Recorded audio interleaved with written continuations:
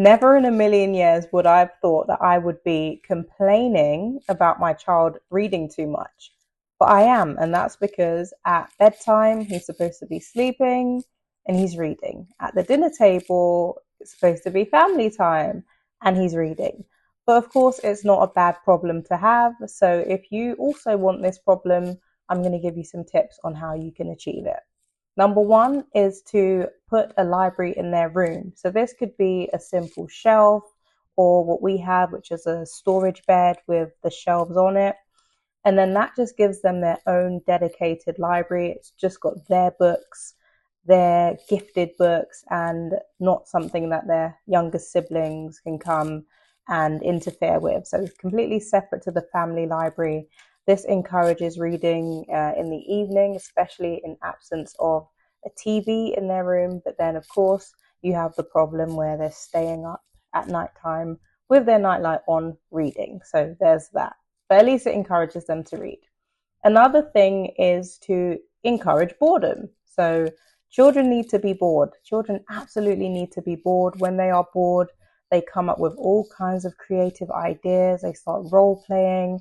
And of course, if they can't just go and turn on the TV or pick up an iPad and books are available, they're going to read. So let them be bored. When they are bored, remind them that they can go and read a book, Those are a few things that help. And then the last thing is something I called ratio reading. So ratio reading is a very, very simple thing. It's just you reading a section or a page and then your child reading, and then you keep adjusting that as they go. So we started when my son was 6, we read The Alchemist, and I just felt like it was a good book for him to read, and I planned to read it to him. But then I decided we would try this approach where I read a page and then he read a page.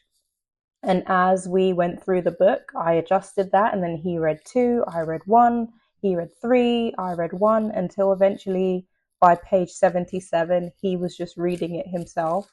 And what I found with that was that it increased his confidence, because you're taking a book that's slightly out of their comfort zone. It's more difficult than the typical books they're used to.